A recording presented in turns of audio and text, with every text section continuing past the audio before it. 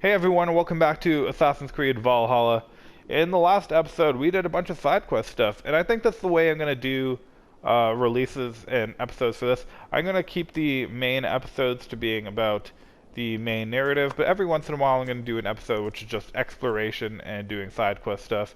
And so if you guys are just watching for the main storyline, you can watch the ones that are only the main storyline. And if you guys want to watch the full game uninterrupted, watch all me wandering around, being confused at what symbols mean on my map, you can watch that too, and that'll be up there for your viewing pleasure. But anyways, let's get back to the main quest and find out what's going to happen. I kind of feel like after this quest, that's the reason why I did side quest stuff last time. I feel like after this quest we're going to leave Norway with Sigurd. So we're going to find out. But let's do it. It's Eivor. Open the door. Come in, but keep your voice down. It will alert Harald's men. Where will we live? The English will fight back! The wars will never end!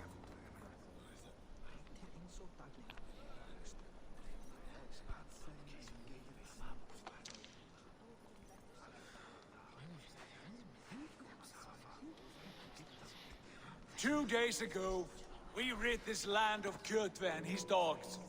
Yet today, we do not celebrate. Today we cower under a cloud of fear. But it need not be like this. We are not the heel-trodden subjects of a boy king. We are the Raven clan. Our destiny is our own. Did you know about your father's oath to Harald? I did not. And for that my anger burns hotter than any man's here. But I will not let that drive me into despair. We cannot stay in Norway. Not under Harald's boot. Not without fueling more war. So we push forward to newer lands. Man, did I call it. To England. And there make a new home. A kingdom of our own. The sons of Ragnar Lothbrok have been in England 8 winters already. Is there any land left for a clan of our size? More than enough, wife. Of the 4 kingdoms of England, only one is truly pacified. I have no desire to wear Harald's leash. I like this idea. A saga for the ages. I agree. It will take time and resources to build ourselves a new home, but the riches taken from Kjotve's raid would suffice. No. That belongs to my father, as a fair compensation. In England, we must start anew. You would start us with nothing? In a land we do not know? Among people who hate us? Kjotve's riches would go some way to easing our passage, Sigurd. I bested him. It is within my rights to claim his goods. Our leaving must not be an assault on my father. It is a time of renewal. Yeah, I agree. Some people are going to want to stay behind. I think we should leave them. I think the right thing to do is to leave them behind because, you know, just thinking about like the women and children who aren't going to want to go on this new quest to acquire new land. I think it's better if we leave the stuff there for them so that they have peace here. I feel like if we take the resources with us, Harold is going to get mad, and he's going to get mad at Steerborn to think that this was a plot against him, and it might end up being bad for our clan, or the people we leave behind. So, we're going to leave the resources, and, you know, we'll be fine in England. Let your father keep Kjotve's riches. Besides, I don't feel like I'm having much trouble murdering people, so I can murder my way plentifully and pillage. It is a wise leader who considers the need of others. To England, Pillage then, happily in the before new the land. day is out. Pack what you need, but no more than that. And tighten your lips. The last thing we need is the attention of Harald's I swear to troops. God, guys, I swear to God, I did not know that we were going to leave Norway in this mission. But it just seemed like that's where the plot was headed. That's why I did the side quest stuff. I had no information about it, but it just felt like what was going to happen. How much did you hear? Enough. A new path is revealed and your journey will be challenging. Will you not join us? For my mother's sake, I cannot. But our threads will cross again before the final day. Until then, farewell. So it looks like we're going to take over England, which is pretty epic. For people who didn't know that, English history is ripe with Viking lore because the Vikings took over a huge part of England. I can't remember what time period, but I'm assuming it's the time period of this game. Probably before the year 1000, I think. Sounds about right. Okay, so it looks like if I had done that mission, I wouldn't have had to leave right away. Because I can still go talk to Sigurd. But I already did everything I want to do here. There's obviously still plenty of stuff for me to explore in Real Folk. There's all the stuff over here. And even just zooming in on this area, there's one town here, another town here. I could easily spend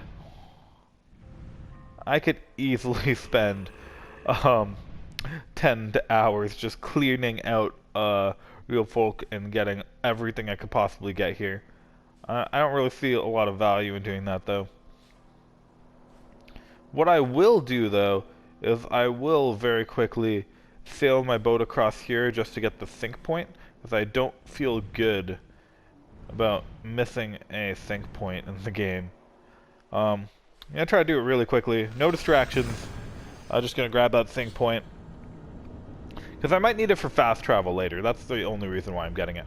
And then I'm gonna go back to the main storyline. It's hard to separate main storyline from side quests when I don't know what's going to be relevant in the future. But that's the burden we face when we're putting up videos for you guys.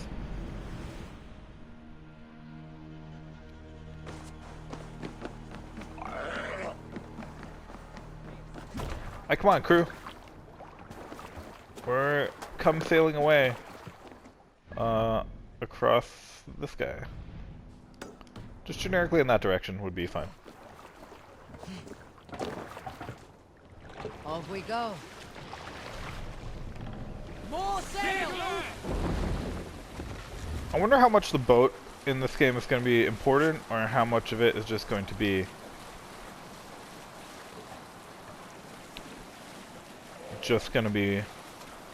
fast traveling. So far we've been getting a lot of use out of this ship, but once we unlock all the sync points, not sure if it's going to be as valuable anymore. I guess I could have done a little raid there. But no, I said no distractions, and no distractions we shall have. Let's sail!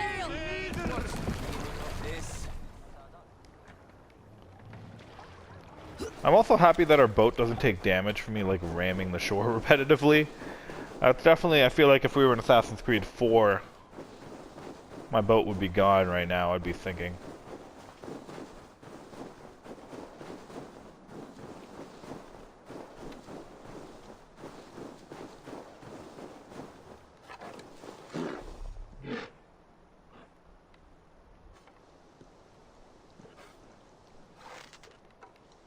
I know I was supposed to hunt some deer for someone back in my clan. I'm wondering if I'm still going to get that mission later, because I didn't really do it yet. And it kind of went away already, like I couldn't do it right now, but I'm still going to have the clan later, so maybe I could do it then. Oh my god, hold still. It's like these deer don't want to die or something. Crazy deer.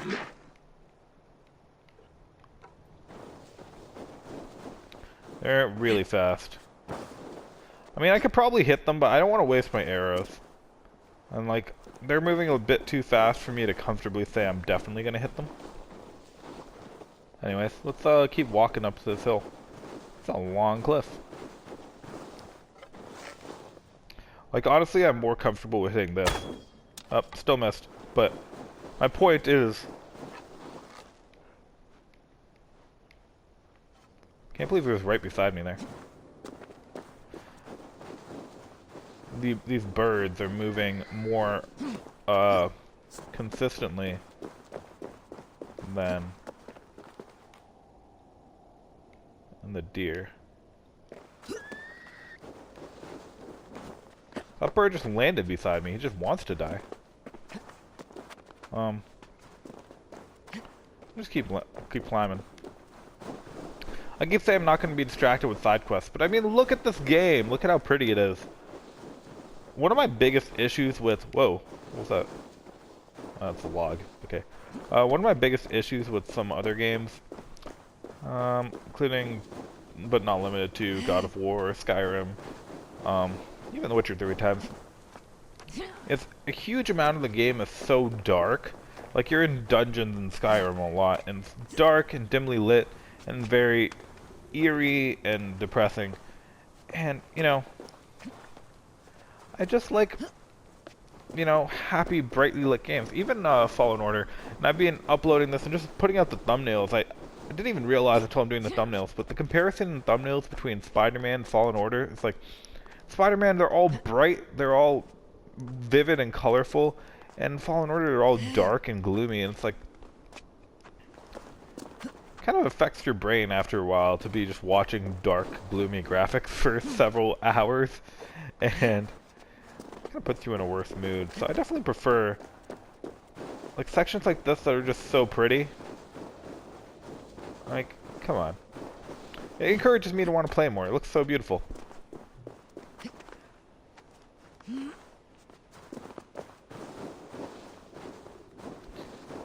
Yeah, I definitely get bummed out, like even playing like Skyrim for hours, if the maps and the areas you're in for hours, like the Dwarven ruins and stuff, are so dark and gloomy.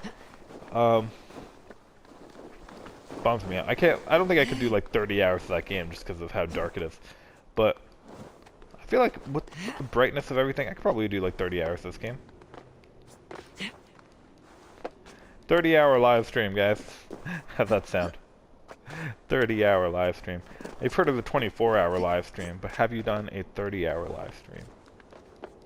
What about 72-hour live stream?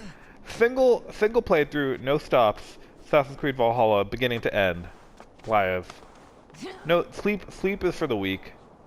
Coffee was invented. It will be 70 hours non-stop Assassin's Creed Valhalla.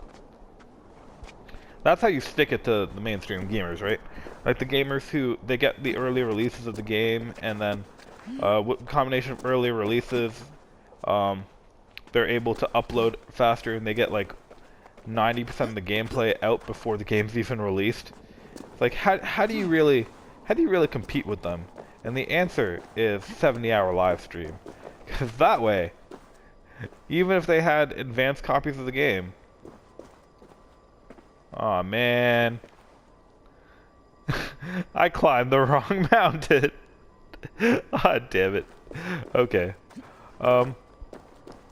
Even if they have early editions and they can record for weeks on end before, they're not doing 70-hour live streams. So, I'll still have the ending content out first. Which means I'll get some views. Because that's like realistically the only way to compete with the guys who, especially in the big ticket games, it's the only way to compete with them who have huge deals with Ubisoft and the creators and everything, because they get the copies so early in advance that by the time I have this episode out, they're probably going to have the entire game out, and it's really not even fair. So I really have to just count on people just really loving the game and wanting to watch a lot of playthroughs, because I'm small, they're posting early. Can't really compete. And, you know, it's capitalism. I can't fault it. I feel like if I was the guy on the top, I wouldn't be complaining. So, rude of me to complain when I'm the guy on the bottom.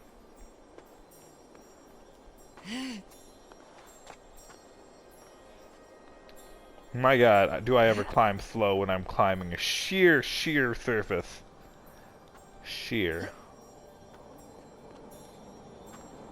These are things that I'm happy I can live vicariously and do in video games, because I'm terrified of heights, and I am very clumsy.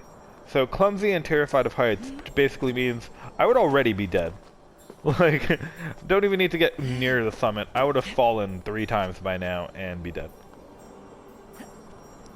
But in video games, I can be a badass, and I can run all the way up this mountain. Be like making fun of other people for not running faster. I really hope there's a quick way down from here, though. The game expects me to like free climb my way back down this mountain. I might cry a little. I mean, you won't see it because there's no visuals, but just be aware that I am going to be crying, because if there's no fast way down, because this is an insanely high peak.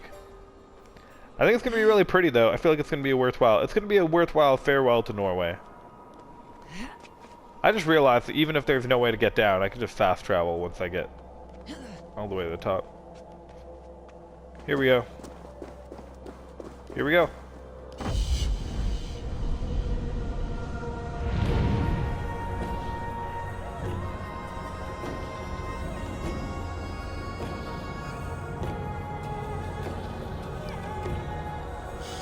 That is a beautiful view of, let's face it, from here I can see the entire map. Like, Harold's Kingdom was back that way.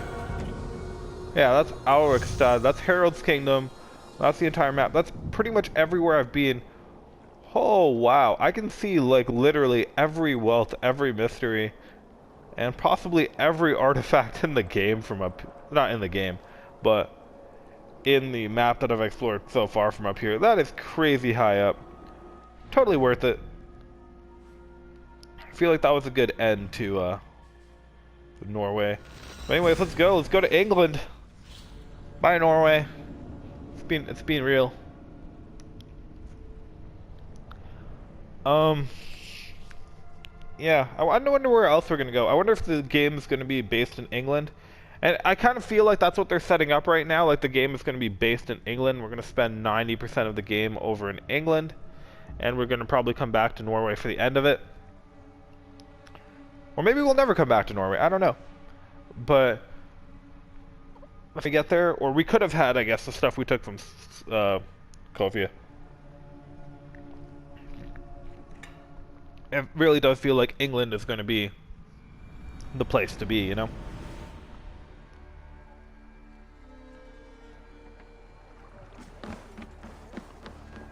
So I guess we'll find out when we see the map to England to know how big that map's going to be. Wow, I'm bringing my entire army. We should set sail without delay. Yes, we You should. made quick work of packing. Well done. The dream of new lands is a powerful lure. As is the promise of glory. But the act of leaving so beloved a home, there is a sadness to it. Having doubts? No, not at all. The die is cast. Then let fate guide our journey. Are you ready? I'm ready. Let's go. I am ready.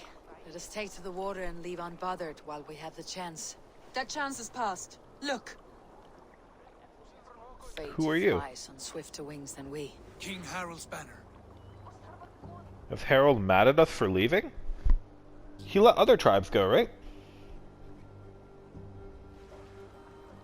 Sigurd, what is this assembly? What are you planning? Oh, it's my father. An exit, father. As graceful as I can. For if I cannot be king in the land of my birth, I will start a new saga. In England. Nonsense. Your place is here, son, at my side. There will be other victories soon. Other glories. My choice is made, father. Do not hope otherwise. It is easy to lose one's way on the road to glory. Do not let false victories blind you to what is true. You talk of false victories to me, old man? A sad old bear who destroyed his honor with one bent knee. The further I sail from this place, the louder I will sing. I will be his I feel- anchor, Lord. I feel bad for the king. You must be his better half. May Agir bless your voyage. Because he is doing what is in the best interest of the people. But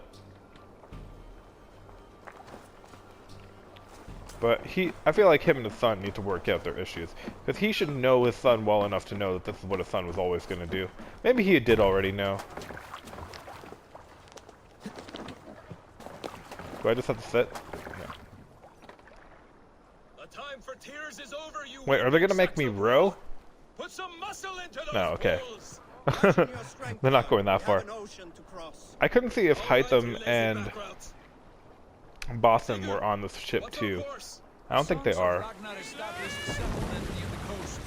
We So I guess they're probably heading back to somewhere. Sing a song to lift our hood. To rouse the gods!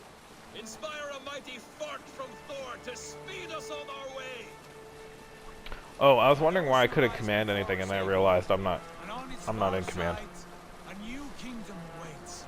You know England well from your travels. I spent a season in their kingdom of Mercia.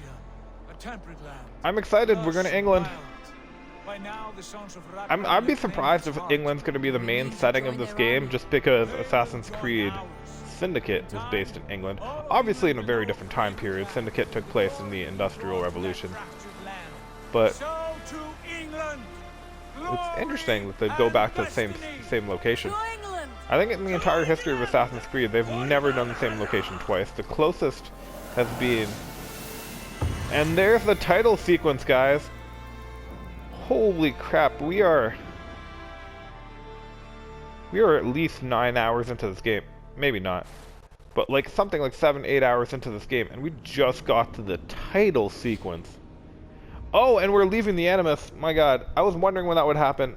I keep on going back and forth to whether or not I should do it early, because I didn't know if the game was going to let me leave ever, but it looks like we're leaving the Animus, and now we're playing as Layla? That was our character from the last 2 games, who got the staff of, I think it was Prometheus? Either Staff of Hermes or Staff of Prometheus. I don't remember what the staff was called, but letting Cassandra live for like 2,000 years. And we got it from her in the end of last game, so I wonder if we have it. Are we some immortal now?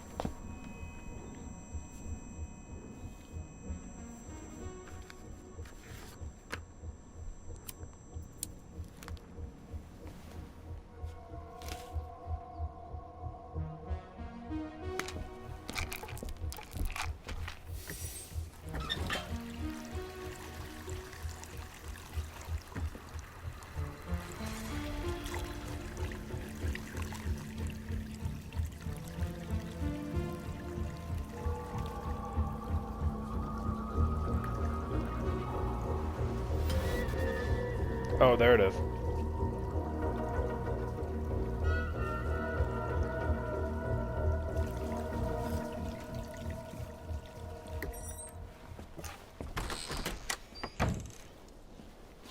I don't know what the thing on her neck was. In a lecture at the University of Cambridge, Dr. Circa told a worried audience that scientists have few answers for them. Since the mass coronal ejection of 2012, the strength of the Earth's magnetic field has increased by a factor of 50,000. This has resulted in huge disturbances in radio and satellite communications, dangerous bands of radiation around the poles, and as we can all see from our window, an aurora borealis that never burns away.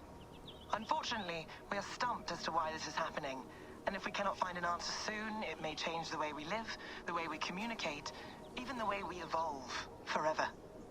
Dr. Circa went on to say, "Bought you more electrolytes? Oh, new and improved citrus flavor." Thanks, Sean.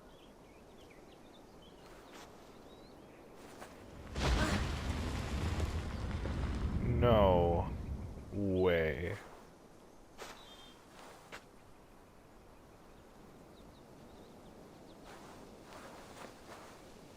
How do we fix this? How are you the key to everything?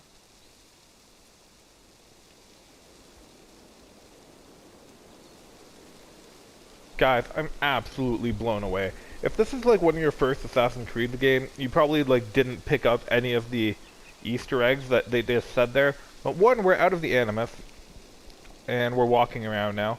So if you guys don't know the lore of the Assassin's Creed, basically the whole historical stories you're playing or relived memories by people in modern times, so they're reliving these memories of foreign heroes. So your actual character, this is who we're actually playing, Layla, and when we're playing as Eivor, we're basically just playing relived memories of Eivor from the perspective of Layla. But anyways, that little tiny piece of dialogue, they were talking about in 2012, there was a solar flare event from the sun, and since then, things have been weird in the world. The Earth's magnetic pull, I think, has been increased by a factor of 50,000, I think that's what they said. And obviously that has to do with Desmond in the original Assassin's Creed trilogy, where Desmond ended the third game by saving the world from an extinction event by making a deal with Juno. And so that probably has to do with why the world is in the situation. It also seems like the games have been building to something for every game since the Desmond trilogy ended. So Assassin's Creed 4 and on, hinting at Juno trying to gain power and trying to come back with the help of her husband, who I can't remember what his name is right now. But they refer to him as the Sage, because he keeps his DNA keeps getting reborn. So he keeps being reborn as new people throughout the years. And basically they said that since 2012, the world is being changing, and that's probably because we unleashed Juno into the world. And yeah, oh my god, this is a huge plot dump. And then that little character that walked out of that van a second ago that you might have missed, that was Sean. And Sean has been a main character of the Assassin's Creed franchise since the beginning. He wasn't in Assassin's Creed 1, but he was one of your teammates in Assassin's Creed 2, Revelations, Brotherhood, Assassin's Creed 3. And I don't think we've really seen him much since then. We've heard his voice, and I think in like Assassin's Creed 4 he has like a cameo. We haven't really been with him since Desmond's story ended. But it does look like he's going to be back in this game, because he's right there, and that's wild. It does look like they're bringing back some of the Assassin's Creed stuff from like the very early games that really made me a fanatic of the series. So I'm really, wow, I did not expect that. I'm very excited. I'm gonna nerd out real hard.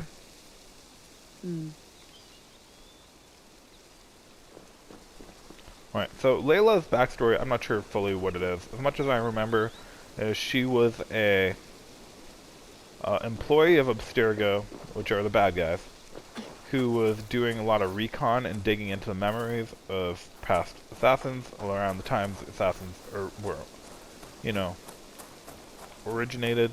And through her exploration of what she was looking into, she started to find out more that her employers were kind of evil. And then she was contacted, I think, by... Beautiful. But it's not normal. She was contacted by the Assassins eventually, which I think are being led by Desmond's father, if I remember correctly. And with help of Sean and Rebecca and a couple other major prominent assassins, she's joined up with them. And then in the last game in Odyssey ended with one of the three endings of Odyssey, because there were three endings of Odyssey. But the lore ending involved Layla getting the staff of whatever it's called. I can't remember the name of it. Which basically makes the wearer have ridiculously long lifetime. So my character is pretty much immortal as long as I hold on to the staff. But I'm pretty young right now, so I don't really need the immortality. Whoa!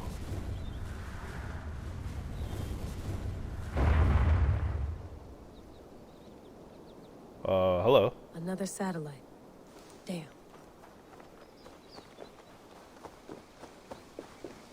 Can I go this way? Can I investigate all that? Someone's got mail. An invitation to a fair in Concord. Bring your best crop and you may win a prize. Tempting. So you'll also notice, if you guys are playing this game too, you might notice that when you're playing Layla, you don't have access to the interface. Like, besides the start menu, well, I guess this gives me access to my phone, I guess. But with the exception of, like, we don't have a map anymore, and that's because the reason why we have a HUD and we have a codex and a database is because everything that's happening in the Animus is part of this simulation. But we don't have access to that as Layla because she's not in a simulation; she's just a real person. Okay, so I'm gonna read some emails.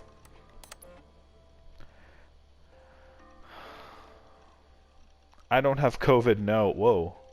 And I'm well isolated. It's just 3 of us traveling together, staying out of sight. Wow, they made a little COVID reference in here. May 11, 2020. I don't like the sound of any of this, Layla, and I don't like where this is leading. Not using phones is not the right way to ease my mind. You have my number. I suggest you call it, and no, I won't say hello to your parents for you, because doing so would bury me in questions I cannot answer. And to tell father that you no longer work for Abstergo would break his heart. That's all he ever talks about, how his daughter's on the cutting edge of science. The man doesn't understand the first thing about what you do or did, and he's still proud. I will not be the one to disappoint him. Is it COVID? Is that why you're being cagey? Wow, there's a lot of COVID references in this game. Rami, forgive the short email. I wanted to call, but I'm not using phones right now. I'm still recovering from my trip. Things got a little out of hand. Nothing was accepted. People got hurt. I told you it was for research, and it was, but not for Abstergo. I'm assuming that's what it's supposed to say. The truth is, I haven't worked for them in a few years. It's a long story, and I won't bother to tell you the details, but it wasn't for me. Leave it at that. The group I'm with now, I can't explain, not over email, but they've shown me things, given me opportunities, opened my eyes to a broader view, but not without cost. In fact, I messed up last year. Bad. I'm not reading that. More than once, and I need to make it right. I know this all sounds cryptic, but I'm not in danger. Not in the way you might think. If I'm being vague, it's because I need to be. I don't want any data sniffers picking up on keywords that might raise alarms. Do I sound paranoid? A little. Here's the point. Don't worry about me. I'm with a couple of people who I trust now. They've been at this a lot longer than I have, and they're going to see me through this, I promise. All this time next year, things will be better. Skies will be clear, the earthquakes will stop, and we'll celebrate Ramadan together. It'll be just like the 90s all over again. Tell Mama and Baba I miss them, and that I'm doing fine. You're a little sis, L.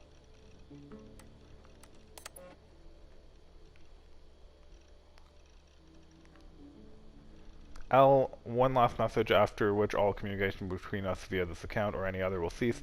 We have our own ways of talking, methods that cannot be sniffed or traced. Your previous team made the mistake. They knew the risks, but they were sloppy, left traces of their activity on everything, digital fingerprints everywhere. That will not happen with us. My colleagues tell me the initial meeting went well. They are impressed, if not a little wary of the influence your new toy has on you, but they know better than most of what it means to live with such a burden. I am curious to know more about this heir of memories epitaph. It is not a phrase we heard in all our decades of research. In a few weeks' time, we will contact you once more. If you are interested in proceeding, follow our instructions to the letter. If you are not interested, or if you break our protocols, this will be the last time you hear from us. Take this to heart. The world is sick and getting sicker. The Earth's magnetic field is growing stronger. Satellites are falling from the sky. Earthquakes are getting more frequent. Famines are becoming more and more frequent. And now we have credible reports of new deadly virus sweeping through Asia. Woohoo, woohoo, woo. This game is definitely going there. It can feel like we're living through a Yishin nightmare. Mere anarchy is loosed upon the world. In many ways we are.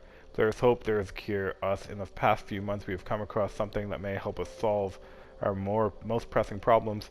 A message, a very promising message that may help us reverse the dire course we are on. If you want to be part of the solution, join us. If not, wish you the best of luck. I'm ready. Good.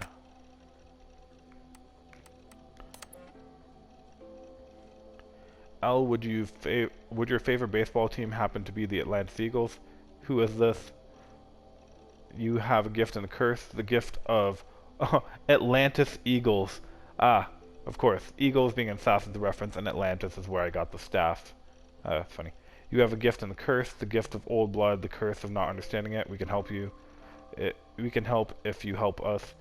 But what you did is not your fault, but you must take responsibility for it. Otherwise, nothing gets done. One of us will contact you. So, absolutely one of the assassins now. I've joined up. I mean, Sean was there, so we already kind of knew that. Layla, as you tripes about England, Bex and I thought, Bex! So Rebecca's still in this game. Cool. I thought you might want to keep your eyes open for new things. Assassin bureaus, or the hidden ones, more accurately, they operated in Roman Britain between the years 100 and 430 BCE. It's not clear why they left, but the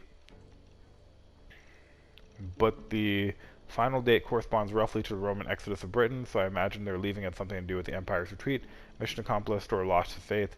Not sure. Before the hidden ones return to the island, it may be Basim and Hytham are in the first half of the century.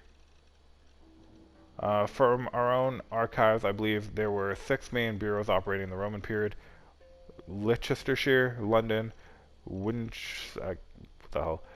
Essex, and Gloucestershire. Gloucestershire? Sorry, guys from England who can pronounce these things perfectly. I have no idea. They won't be the Saxon names, so you'll have to read between the lines. Animus anomalies. Bex noticed these about 10 embedded in the simulation.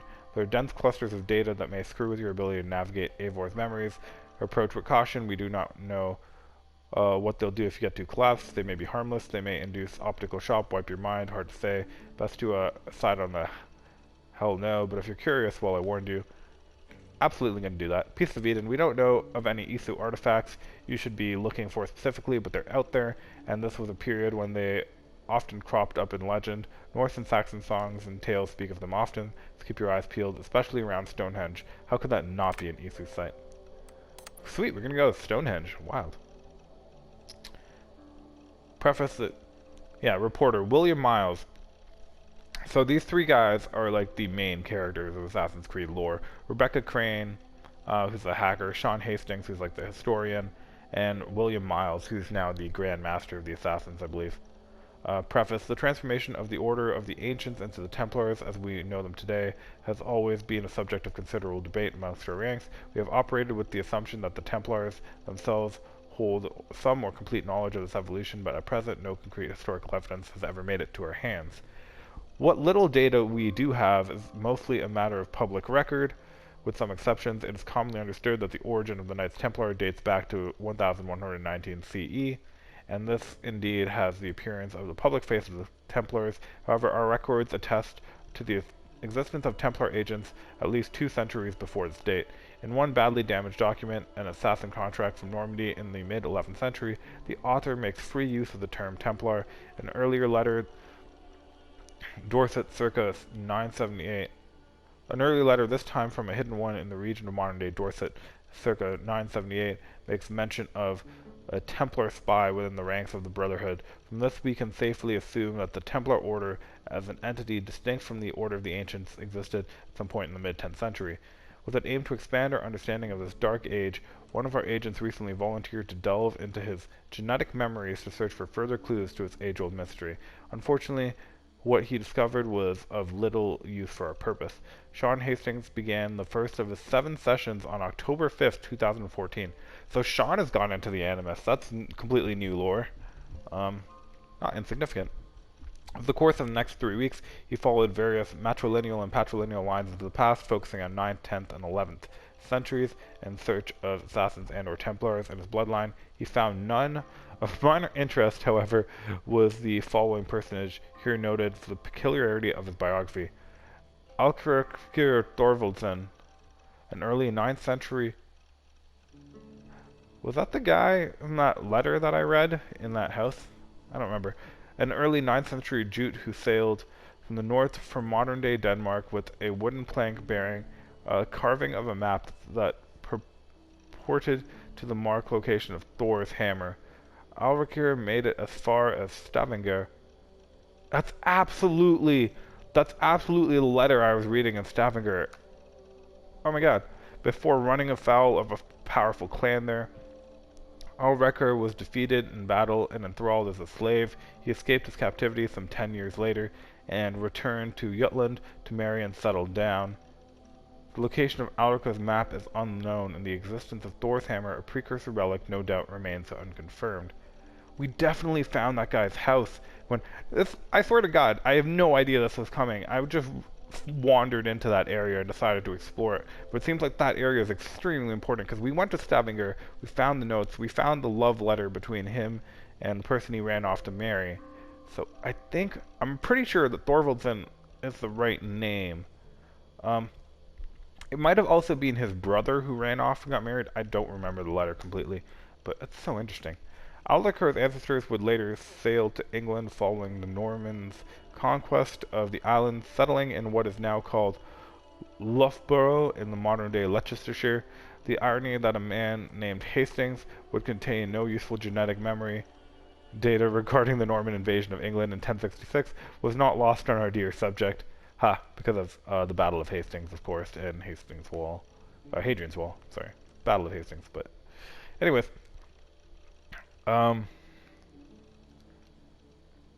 Still he remained his usual chipper wit and asked if he might relive the genetic memories of his grandfather to, quote, give a Nazi a proper bollocking. That's so funny. Okay. Media. Let's do Desmond. Oh my god, I'm so excited. No, come on, Sean. Turn that thing off. Oh, hold on. I like what you said there. I want to get this for posterity. Say it again, nice and loud. Seriously? Sure, come on. If nothing else, it'll give me leverage with your old man. Ah, that's your angle. Nice. What I said was, I wish I hadn't been born into the Assassins. I wish I had chosen this life. Is that good enough? Sure, but why is that? Because choice is the central idea of our creed. It underpins everything, right? It's about free will.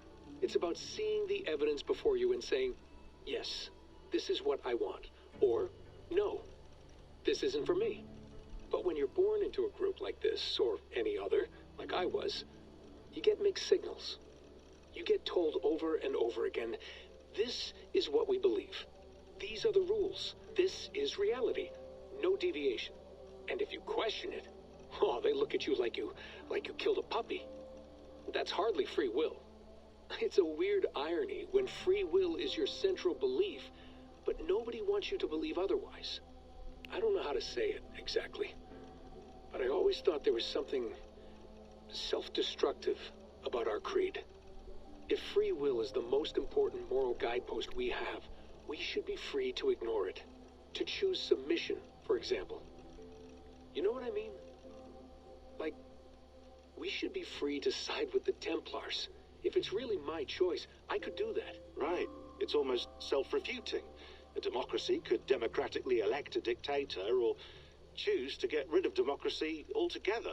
Within our creed is the seed of its own destruction. That's what makes it powerful, I think. And fragile. Right. The more freedom you have, the more risky it is, you know? Anyway, my dad has mellowed over the years, but he was strict when we lived on the farm. He ran a tight ship. I never got the impression that I was free to choose my path forward. Our creed, our tenets, they were drilled into my head. By the time I was a teenager, I was following these rules out of a sense of duty. This was just what we did. That happens to a lot of organizations over time. A stagnation sets in, you know? A fundamentalism. Yeah. Following the rules becomes more important than achieving whatever goal you set out for yourself. And people start to lose sight of the reason the rules exist. That's called deontology, or a form of it. Following a rule for its own sake, and not for the consequences it has. Yeah, but that feels backwards, doesn't it? Well, I think so. Following a rule is the easy part. Praying, taking a sip of wine, munching on a wafer. Rituals that give comfort. But that's just going through the motions. It makes people feel like they're doing something. When the hard work is, well, actually getting off your ass and doing something productive. I think people just want boundaries. Tight boundaries. They want to see the four walls that pen them in. I don't disagree. Anything outside that, anything that makes life more complex, that's scary. That's why I envy you. You chose this life. You went through that process and you decided, yes, I believe in this. Sure. It didn't stop me from being an insufferable know-it-all as a teenager, but I see your point. I would have loved to have been a know-it-all. I knew nothing. Not until you guys found me. Yeah. It wasn't until I met you, and Bex and Lucy, that I knew. I knew I wanted to be an assassin. Oh, thanks, Des. Come here. Bring it in, bud. I don't normally like touching, but I'll make an exception now. I am not hugging you. You sure? Because I smell very nice today. Can you just turn that off? Man, that was a chunky audio recording. I thought it would be short, but no, this game's going crazy and it's digging up the lore from the original games, which I'm obsessed with that right now. They're finally doing, because I think a lot of the old school Assassin's Creed fans have had this exact issue, that they kind of abandoned what they used to be, and they're bringing it back, so they're kind of getting the best of what Odyssey was, and Origins. They're getting the best of what Odyssey was, in terms of the gameplay and the maps and the map size and the exploration, and they're mixing that with all the lore from the original games. And if that ends up being what this game is, might end up being my favorite Assassin's Creed game ever. Honestly, ever. Beating Brotherhood from like how many ever years ago Brotherhood came out, like 2010. It might be my favorite Assassin's Creed game ever if they keep going the way they're going right now. And I'm a little blown away that they're going this far back. Even like the Desmond stuff, like if you had just jumped on Assassin's Creed when PS4 came out or something, you might not even have a clue what this is referencing, because this is referencing I mean, even the audio recording, it's referencing the game in 2012, and it's been 8 years since then. And they're also doing this new thing where they're referencing COVID and stuff. They're being very pop related, which is what the original Assassin's Creed, the Dozen trilogy, was all referring to the Mayan calendar incident where the world was supposed to end on December 28, 2012, and which is a real thing that people were genuinely afraid would happen. But it was all referencing that, and then obviously they moved it. So it's interesting that they're bringing back real-world events, and they're tying real-world events into the lore of the game, which is crazy. So I don't know if you guys are as excited about as I am to just dig through all the lore here, but I'm absolutely going to go through the whole thing before continuing on. And these are long clips, too. Hold on, I'll just set this here. Do you guys record everything we talk about? Not everything. But you've been using the Animus so much, I thought this was a good chance to learn some things about prolonged exposure. So I'm your guinea pig? No, my guinea pigs are all dead. The Animus was too much for them to handle. Cute. Can I ask you about the bleeding effect? Any recent flashes? Any memories resurfacing? Yeah, the usual things. Ghost images of Altair and Ezio a few times a day. Nothing intrusive, just brief moments. They pass quickly, almost without me noticing. Like a figure in the corner of my eye, or remembering a dream from the night before. I did have one extended hallucination a few days ago. It was Ezio. He was older, around the time he left Cappadocia. He was standing on the deck of a ship, alone. And through him, I could feel an intense regret, or guilt. And it felt to me like he'd had a loss of faith in himself, in the Creed, like he couldn't keep it up, couldn't stay true to his ideals. And as I watched him, I thought, is this the moment he decided he was done being an assassin? It felt like it. Anyway, most of my visions have been brief, lasting just a few seconds. They're like complete memories of small moments that appear suddenly out of nowhere, fully formed. It's a strange feeling. Okay, anything else? I'm starting to see Connor now, too. Though I hear his voice more often than I see him. I'm sure that will change. Oh, yeah, and yesterday, just before bed, I had a memory of being on a beach in the Caribbean with a bunch of sailors. Or maybe they were pirates. I don't know. No idea. Huh. We'll look into that. And how do you feel in general? In general? Well, I feel older, for one. Much older. And it's strangely comforting. I'm collecting the memories and skills and thoughts of so many people. I feel like I've lived a few hundred years or more. Is it possible that if I do this for too long, it'll push my own memories aside? That I'll be everyone but myself after a while? It's possible. That's called identity substitution. It's happened before, but it's rare. And someone with your background shouldn't need to worry. My background? You mean someone with my genes? My abilities? You have Isu DNA, and that lets you see things and do things and withstand traumas that other people can't. And I can suffer in ways that others can't. That's not something to be proud of. You mean the apple? Yeah. It has a pull, Bex. It tugs at my brain. It talks to me. Teases me. Drives me mad. And what I did to Lucy... God damn it. Nothing is worth the damage I did. The pain I caused. I know. But you're special. That's the point. I'm not special, Bex. I'm lucky. That's all. I understand. We're assassins. It's our creed that makes us different, not our genes, not our blood. Anyone can join us. That's true. But let's leave that aside for a second. What I want to know is, have you ever had any Isu memories resurface? Isu memories?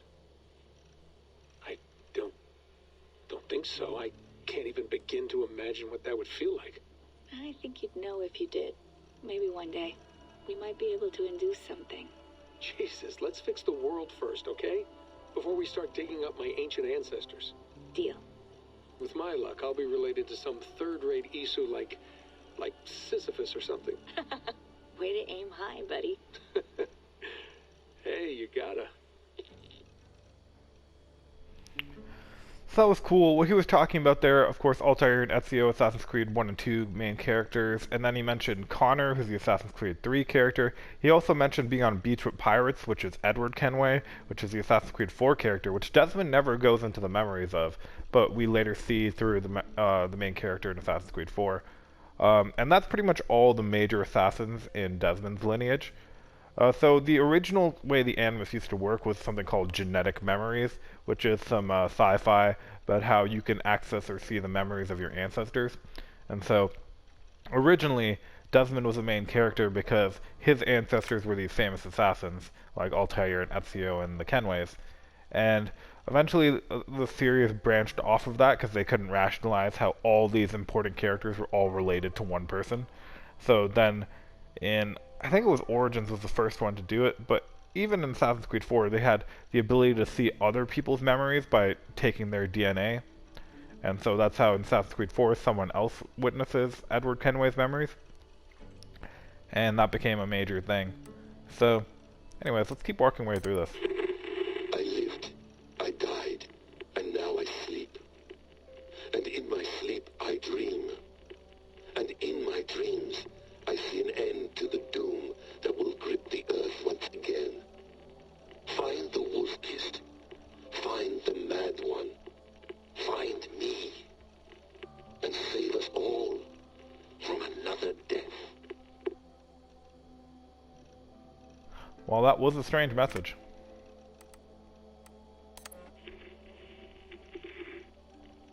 Layla, thought you might be interested in this. Conversations that Bex and I had with Desmond back in 2012. December, I think. Just candid talks, that's all. We didn't square any circles or write any beat poetry. But he did have some interesting insights into his time in the Animus and what it means to be an assassin. Anyway, have a listen. You might find you and he had similar experiences. So, well, let me know what you think. Unless it's to tell me I sound like a total prat in these recordings. If that's the case, just say nothing. I mean, I did have a slight cold at the time I recorded these. That's probably why I sound odd. Anyway, okay, I'm done anyway. So, turn off. Turn off. Oh, it's actually just a button. Sorry, here we go. So that's fun. There's so much lore to dive into. Ugh, I love this game and how much sheer amount of lore it has. It's crazy. Alright, so there's still 3 more folders. I can't go into secure share, right? No. 3 more folders in the trash can. Jeez, this whole video is going to be me digging up lore, guys. I hope you guys love it, because I'm obsessed with the lore. So obviously I'm going through everything. Rebecca, before we meet at the site, I want you to see these. Last week I reviewed some logs from my time at Bayek, and came across some old notes. In the years I explored Cleopatra's Egypt, I stumbled across 6 Isu temples, most of which were buried beneath pharaonic tomb sites. Each temple contained an Isu message clearly meant for one with the ability to read genetic memories. I was the lucky one. I don't believe they were intended for Bayek himself, as he seemed wholly unaware of these messages as they played. They may have been encoded in a way that only one with an Animus could see them. It's been years since I heard these messages, so my memory is foggy, but the notes I scribbled down have a clarity that I trust. Might be something to all this, I don't know. Often I grasp outside Maria's expertise. I'm enthusiastic but often wrong. Let me know if something else strikes you. Message 1. Layers upon layers of reality, each blurring into the next. Which is real and which is not? What if none are real? What if everything you know is false? We ran thousands of simulations, searching for the right version, searching for Desmond. Each one of them felt real, but there's no way of truly knowing, is there? Not for sure. Anything can be simulated, and finding the answer could mean erasure. Teasing the assassin maxim, nothing is true, must be careful not to confuse truth with facts, however. A language game you will always lose, though we maybe stumble in our attempts to interpret it in the world, the universe, reality, what have you. It is always out there, I believe, simulated or no. We could imagine a dozen nested simulations, each one of the level itself constitute a full reality. Wolfram via Conway suggests the universe is a giant cellular automata, and further, there is a point where the difference between simulated and real is meaningless. If the universe were a simulation, would it matter? Simulation qua simulation itself would be real, and therefore everything within it would be real within the confines of the simulation. Say scientists were able to simulate pain by introducing only a few neurons to fire, no physical harm. I am in pain, the subject says. No, you only believe you are, says the scientist. This is meaningless, as is this. You thought you were in pain, but you were mistaken. That's a very, very deep philosophy.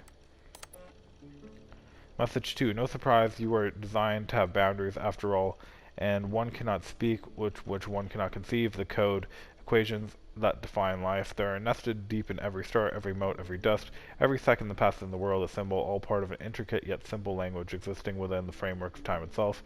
If the one rule which applies to us all immutable, inescapable, we all know this. Humans were the instruments of earlier species, the Isu.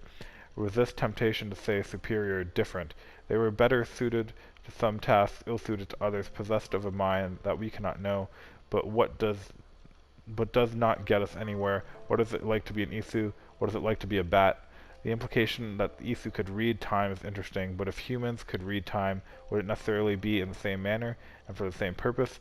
Whether constructed or evolved, or a bit of both of what we are, so cannot be said to have been built to achieve the same ends. Around us, on its edge, is a wheel, on its side is a plate. How can you use something can often determine its value and perceived purpose. Break the code, break the node. These walls tell of a tragic story, a story which transcribed on earlier structures, on our artifacts, a story we cannot alter, a mystery defying us, plain sight. We tried, our scholars, poets, scientists, physicists, bright minds, rebellious hearts, they all tried so hard to bring about change. We all failed. None could change what we discovered. The story is written into the walls of these rooms. The reader has no power. He is but an observer, but the author invents the future. The author owns the future. The Toba catastrophe, a supervolcanic event paired with a mass coronal ejection, was the beginning of the end for the Isu. It changed the Earth's environment, lowered its available oxygen levels, and generally messed things up. The Isu never recovered. By our estimations, the last remaining Isu died just a century after the catastrophe. From that point forward, humans, their creation, ruled the roost. The disaster was not unforeseen. Isu scientists had known about their impending doom for years, perhaps decades. Catastrophe occurred. To protect themselves, they worked feverishly to find a solution. 6 methods they tried, but due to a toxic combination of hubris, political infighting, and all bad luck, all 6 failed. The final method proved the most promising, and was nearly complete when tragedy struck. It was this method that Desmond Miles revived when he saved the world from its solar flare in December 2012. The voice laments the compounded failure of their species to save themselves, but the truth is broader than that. They, with Desmond, saved us, success deferred. Then this message, breaking the code, break the node, insistent, very puzzling. That, of course, is a reference to Assassin's Creed 3. They're really bringing back all the lore, and they're making it very important that you know all of it. So this is clearly going to fit into the continuity of the series. Linear continuity is a simulation that allows for variations. Within the linear continuity, there are nodes, choke points, moments where algorithms converge, flows of superposed possibilities to a single moment where only one absolute truth is possible. Paths are fluid, continuous, nodes are static, changeless, and the wave function collapses the paths into nodes which can branch out again and again and again. Can you feel the wave collapsing, trying to course correct Desmond's act of defiance? The incoming node needs the world to end. The algorithms have been carving the flow of possibilities towards the end for over 100 years now. Collapse the wave.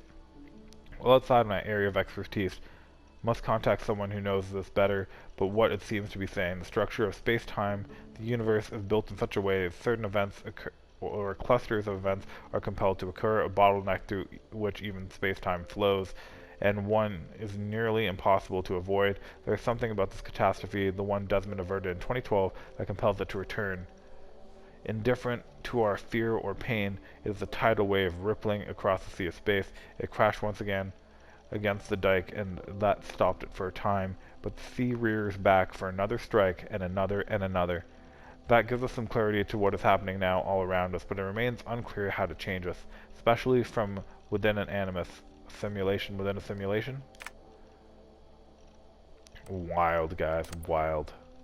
Reality is a mathematical model which never gets solved which gets solved over and over again. Your thoughts are computations, and they render this world for you to call your own. Not all processors are alike. Different brains produce different realities. The variations go from the subtle to the drastic. Your mind defines how much you can taste, how much you can feel, how much you can understand. Perception defines perspective. We designed you and made sure to engineer your senses so you could perceive just what you needed to, neither more nor less. There are parts of time we preferred you to remain blind to. It was a necessity.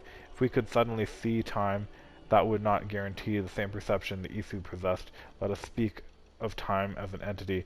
If we may, let us say that time is perceivable fact in the same way that light is perceivable fact.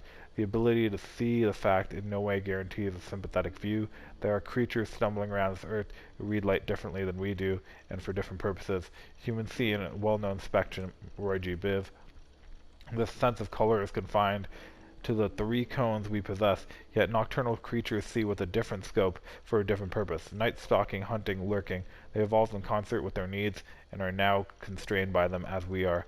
Light is only fact seen askance and used differently by different species. To suggest we might read time is to imply we have a specific use for time.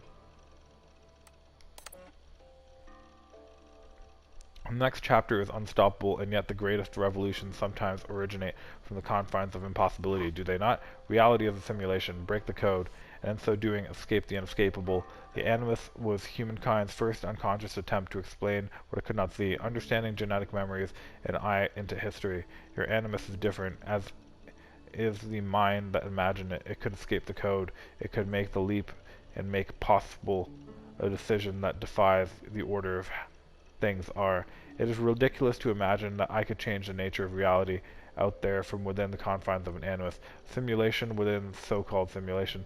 But I believe I understand what this voice is telling me. My Animus is endowed with the ability to suggest alterations to days long past. From any moment in time, I can extrapolate what might have been. Calculations of time. I am not confined to what was, but what could have been.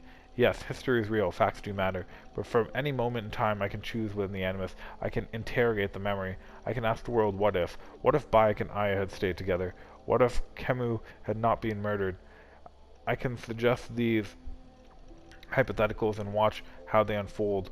Why would I want to? For knowledge, for better understanding of the tragedies were avoided, it remains unseen. I am, in a sense, a reader of calculations, as the Isu were in days past. Perhaps one day I will be able to predict, harness the talent to see into the future, to predict, to correct, to avoid. That would be something. Ooh, so that was an entire lore dump to catching up what happened in Assassin's Creed Origins. We've talked about pretty much all the games. They're kind of avoiding talking about Unity and Syndicate for reasons I don't fully understand. But, I mean, there's still 2 more folders here. So much stuff. Guys, I've been reading this lore for like half an hour, and there's still so much more. It's wild. Staff of Hermes, I was right. Staff of Hermes Trismegistus.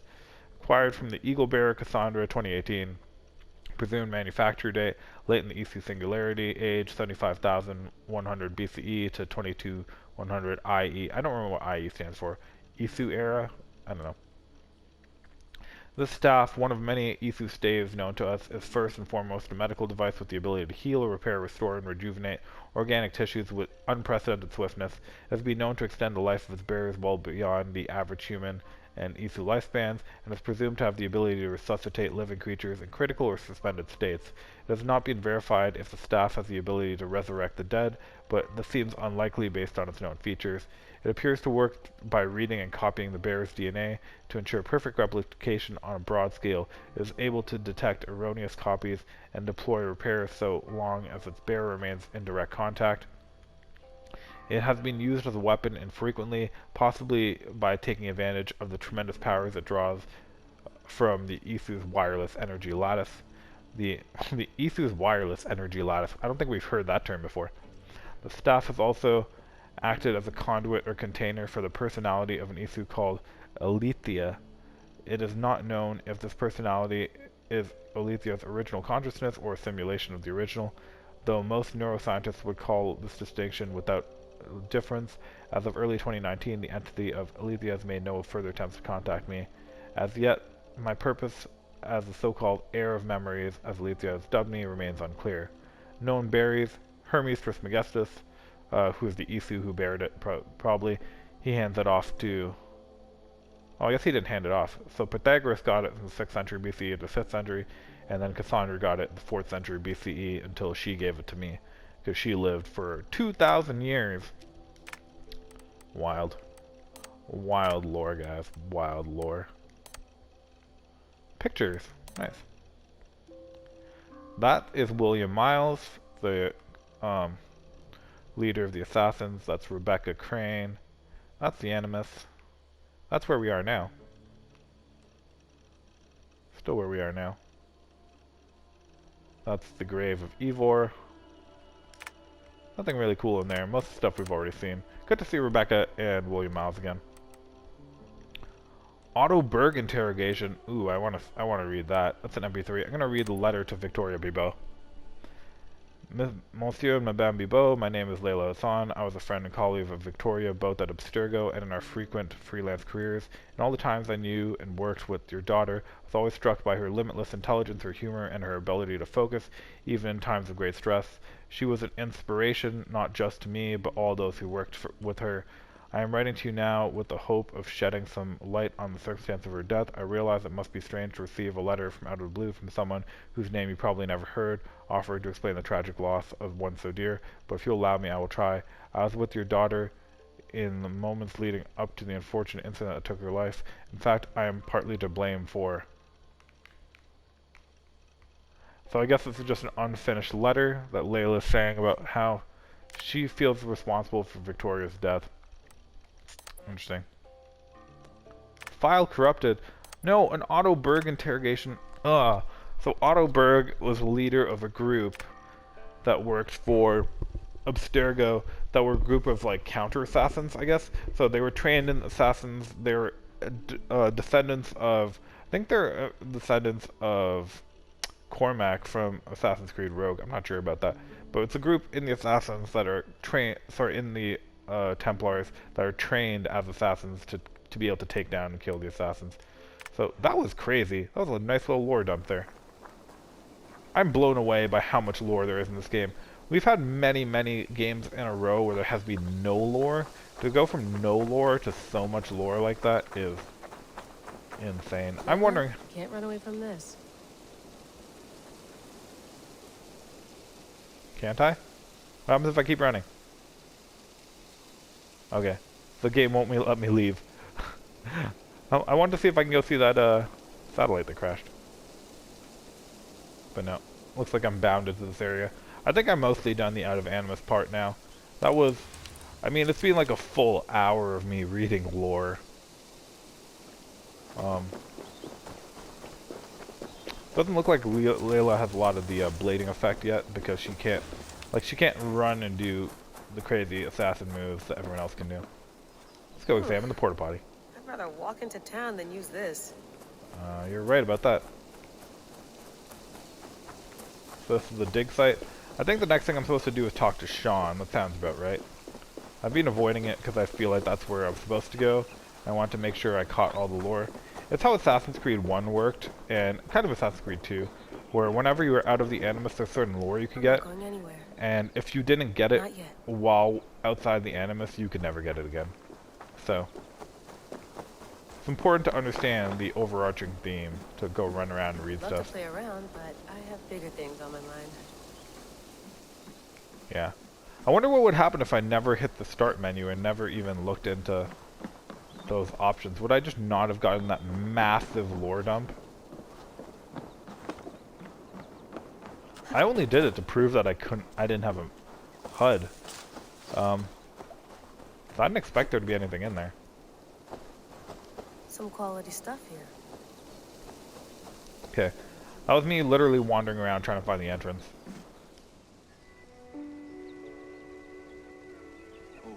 Mint tea is not actually tea, Bex. It's an infusion. It's really just dirty, minty water. I don't care what you call it, Sean. Oh Did crap, you buy Rebecca's here too. Of course I did, love. Hey, sorry about pulling you out. The generator was sputtering. That's fine. I needed air. How is the Animus data stream? Comfortable? Felt pretty stable after a while. Good. Just give me a sec and you can jump back in. Cool. I'm enjoying seeing you guys. This is awesome. Is William Miles here? Probably not. Another satellite came down. Did you see? I did. One of Abstergo's. That's good. Well, most of North America just lost its GPS service, so depends what you mean by good, really. Right. It's harder for us to get Even tracked. when we win, we lose. Okay, we're all set. Whenever you're ready, you can jump back in. Wow, can you imagine if I didn't hit the start menu? I would have not gotten that massive, massive lore dump. Let's keep looking around.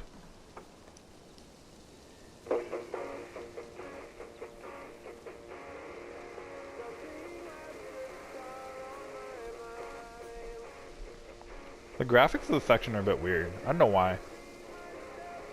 Like, my character looks shiny. Okay, stop jamming. I'm over it. Stop the music. Alright, Sean, what do you got to talk about? Hello, Layla. Sean, what do you make of the grave out there? Well, it overturns a few hundred years of scholarship about the first Europeans to set foot in North America. Apart from that, it's just a bunch of muddy bones, isn't it? Oh, wow. Are we in North America? I assumed we were in Can we talk about England. this thing on my neck for a second? Ah, the mood stabilizer. Yes. It's not harmful, is it? I mean, I feel good, but I want to make sure there's no side effects. There shouldn't be. It's only blocking outside signals, a passive effect. So the staff doesn't, you know, mess with you. Sean, what happened last year, I had no control over that. I tried to resist. I understand. And your old team, maybe they don't. But we've seen that sort of thing before. Still, if you want to work with us and get to the bottom of why the world is about to end for the second time in 8 years, then you wear that thing until we say otherwise. William's orders. I know. It's not a problem. It's just a few more weeks, yeah? Just until we figure this out. You're right. I know you're right. When they first introduced Desmond Miles, they made it out that he was just some guy and just happened to be an assassin. Then we later found out that like his family is like the assassins. Like his father is now the head of the assassins. So, but like an audio fragment sent from an unknown location to our encrypted servers. Nothing was stolen. Nothing corrupted. Just a quick deposit and gone. We got lucky this time. So what is it? A cryptic sound foil, voice unknown with signal beneath it. The signal was code. Let us do a precise spot and then here in New England. Okay, so we are in America. We dug, and good lord, we struck gold, wealth, silver, dominant currency in the Dark Ages. Point is, it was a gravesite, a Norse warrior, dating to the late 9th century, early 10th century AD, a few centuries before earliest known settlements. Is this? Oh yeah, it isn't new. I'm like trying to remember what history tells us about this. I'm like, Vikings were in North America, that's a known fact, but they didn't get here until the 1400s, I believe. This game is really making me question how much I know history. I don't know that much about Viking history, to be fair. Of course. In half a minute. Remember, tomatoes go on the counter, not the fridge. Do tomatoes go on the counter? I've always put tomatoes in the fridge. Have I been wrong about where to store tomatoes, guys? This game is teaching me so much. This is what the real goal of Assassin's Creed is. It educates. Remember, all the garbage must be packed out, and please water the plants once a day. Yeah, I won't remember that. Is this like an Airbnb? So we're unequivocally in North America, guys. We're in New England. And there are Viking bones here. Soothing. I feel like the laptop is just going to show me the pause menu. Let's have a look. Yeah. So the game would have made me see all that lore anyways. I just looked at it a bit earlier. Sean, don't forget to water the plants while I'm under, okay? I'll add it to the calendar and tattoo it on my leg. Alright. Staff of Hermes. I went through hell to bring you here. It had better be worth it. Feels weird that we just have it in a glass case. I feel like someone should be, you know, have like the thing in lock and key in a vault somewhere. Because the bad guys probably are going to want it. feeling okay? Better. But I'm worried that it could happen again. The two data Yeah, what's with the streams. 2 data I streams? can't promise it won't. I barely understand it myself. It felt like 2 minds, fighting over one brain. It hurt like a shotgun to the head. Right. There's something about this Viking's DNA sample that feels dense, noisy. Could it be the staff? Interfering somehow? How do you mean? My headaches, my temper. They started the day I got that thing. I hope you're not making excuses for, you know, your friend. Jesus, no. I'm not. Sorry. Just take it easy. And if you feel yourself slipping again, let us know. I'm trying. I really am. Wow, that's crazy. I feel like the alternative consciousness that's in the staff has like made me commit a lot of murders or something really weird. But so apparently Eivor is the key to something. I'm not sure if I understood what he's the key to. We're trying to figure out. It seems like we're just trying to figure out lore, like what created the Templars in the first place. But I don't know why that's so critical to saving the world. No idea. Also, I wonder who sent us the encoded message. I kind of think the person who sent us the encoded message was just Juno. Just, because Juno doesn't want the world to end anymore, we do. But anyways, I think I've fully explored as much as there is to explore. Hope I didn't miss anything. And we're just gonna jump back in the Animus.